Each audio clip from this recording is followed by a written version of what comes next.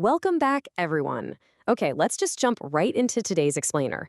We are taking a highly focused, documentary-style look at the evolution of what became one of the most sophisticated militant organizations in modern history. I'm talking about the LTTE, or the Liberation Tigers of Tamil Eelam. We're going to do a clinical teardown here of how this group grew from literally a handful of students into a parallel state and a massive insurgent force. Our goal today? Entirely objective analysis. We're drawing strictly from historical and military source documents to really understand the anatomy of this movement. So, right off the bat, we have to ask ourselves, how exactly does a political dispute transform into a prolonged, deeply entrenched conflict? Keep that anchor question in the back of your mind as we go. Now, I want you to picture the island of Sri Lanka, specifically focusing your attention on the northern and eastern provinces. This specific region is where our historical timeline kicks off, rooted in the grievances of the minority Tamil population against the majority Sinhalese establishment, right after the demographic and political shifts of 1956.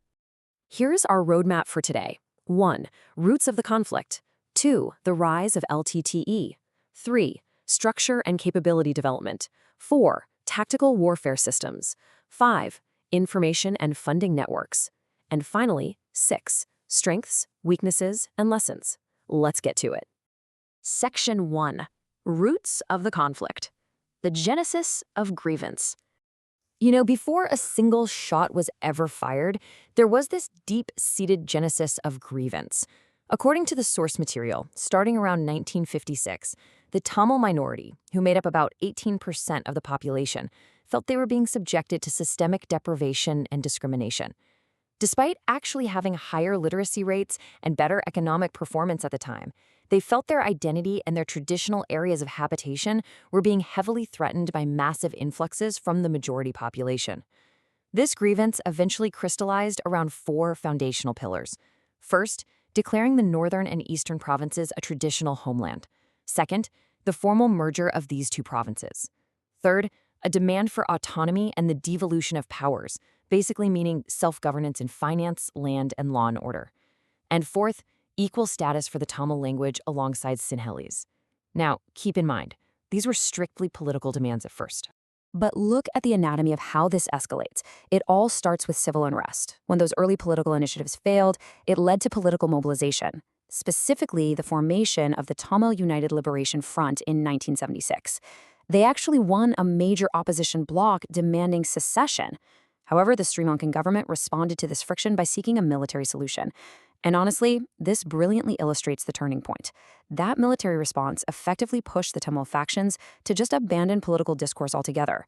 The demands instantly escalated to full independence, triggering the rapid emergence of militant groups and ultimately plunging the entire region into open, armed conflict. Section 2. The rise of the LTTE. Emergence and consolidation. Okay, so with political avenues perceived as completely closed off, the whole idea that power flows from the barrel of a gun really took root. What followed was this volatile mushrooming of militancy and a seriously ruthless internal fight for supremacy. Initially, a staggering 37 different Tamil militant groups emerged. 37. But the conflict quickly concentrated around a core network of 5 major factions. For a brief moment in 1984, right after the anti-Tamil Black July riots, these groups actually formed a fragile coalition. But as you'll see, that unity was a total mirage. To understand why the LTTE ultimately dominated the whole board, we need to follow this timeline. It begins in 1972. An 18-year-old named Velupillai Prabhakaran forms the Tamil New Tigers with just 10 students. 10! By 1975, he assassinates the mayor of Jaffna, which instantly puts the group on the map. In 1976, they rebrand to the LTTE. They're officially banned by the government in 1978. But the absolutely crucial phase is the mid-1980s. Prabhakaran systematically and violently turns on his rival militant groups. He completely decimates the TELO and later massacres members of the EPRLF. By eliminating all of the competition, the LTTE absorbs the remnants and consolidates total dominance over Jaffna, swelling to around 5,000 members. Section 3. Structure and capability development. The anatomy of the insurgency. See, the LTTE wasn't just some ragtag armed gang. They operated essentially as a parallel state, with a very rigid, corporate-like hierarchy. At the very top sits the supreme leader, Prabhakaran. Below him, the organization splits into highly specialized branches. The political wing acted as a parallel administration, handling civil duties and collecting taxes, which, let's be real, was often a euphemism for extortion. Then there's the military wing, which executed combat operations and was subdivided all the way down to tiny 10-man village units. And then you have the intelligence wing, which chilled the region with its absolutely dedicated suicide squads. Now, despite Prabhakaran's undisputed control, the LTTE deliberately built multiple tiers of junior leadership. This ensured that if a commander fell, a battle-tested replacement stepped up instantly. And how did they populate this massive hierarchy? Through a rigorous, highly modular 3-month training pipeline. Month 1 was purely physical conditioning to build Spartan endurance. Month 2 focused entirely on weapons proficiency. Month 3 was dedicated to highly technical skills like field engineering, mine warfare, and signal communications. By the end of this pipeline, a totally ordinary recruit had been forged into a highly disciplined, specialized combatant who was intimately familiar with local terrain and deeply indoctrinated with the group's ideology. Section 4. Tactical Warfare Systems. Doctrine and Application. So, lacking conventional air power, heavy artillery, or armor, the LTTE had to adapt to their reality and fight very differently. Their overarching doctrine was built entirely on speed, stealth, and surprise. They completely avoided classic conventional offensives. Instead, their practical application was a masterclass in guerrilla warfare. Offensively, they relied on hit-and-run tactics and devastating ambushes in built-up areas. They'd strike and then just melt away into the local populace. Defensively, they built these multi-tiered, heavily fortified bunkers that were perfectly integrated with lethal booby traps and sniper positions using tree and housetops. But their most chilling strength lay in their tactical innovations. I mean, the LTTE is historically credited with inventing the human bomber concept, the suicide vest packed with C4 explosives. They even adapted this for kamikaze-style attacks by sea and air. They showed remarkable, albeit terrifying, innovation in explosive engineering, utilizing remote-controlled IEDs known locally as Johnny Mines, which were wired directly to artillery shells. Their IED networks were so massive, they routinely destroyed heavy conventional armor. We're talking T-72 tanks, creating severe mine psychosis among opposing troops. And their logistics?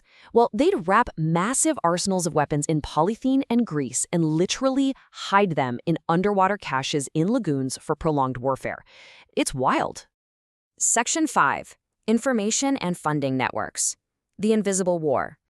As we know, wars aren't only fought with bullets and explosives. The LTTE's Invisible War was highly sophisticated. They literally ran their own dedicated media apparatus, complete with TV stations, radio broadcasts, and daily newspapers to keep their narrative front and center. They engaged in intense psychological warfare, using poster campaigns to spread rumors and terrorize opponents. Financially, they cultivated a massive international network among the Tamil diaspora in Europe and the USA, keeping the insurgency deeply funded. And on the ground, this money bought ultra-modern, lightweight Japanese VHF and HF walkie-talkies. They coded their Tamil transmissions so effectively that they often knew the exact movements of opposing state forces before those forces even arrived on the scene. Section 6. Strengths, Weaknesses, and Lessons. A final analysis. Looking objectively at their balance sheet, their strengths were just undeniable. Their fanatical motivation was epitomized by the cyanide capsules every single cadre wore around their neck to prevent capture. Combine that level of fanaticism with immense tactical discipline and a robust tier of battle-tested junior leaders, and you have a fearsome force. However, conventional militaries eventually learned to exploit distinct operational weaknesses. For instance, cadres panicked and abandoned positions when they were bypassed or isolated. Actually, they were also surprisingly ineffective at night, showing poor accuracy and a tendency to break rank in the dark. Furthermore, because they acted so much like a government, they suffered an over-reliance on local populations for administration, food, and supplies. Once they were denied that local access, their small guerrilla groups easily fractured. So we've seen how 4 initial political demands evolved, through political failure, military reaction, and violent internal consolidation, into one of the most structurally complex insurgencies of the entire 20th century. So I'm going to leave you with this final, absolutely crucial question to think about.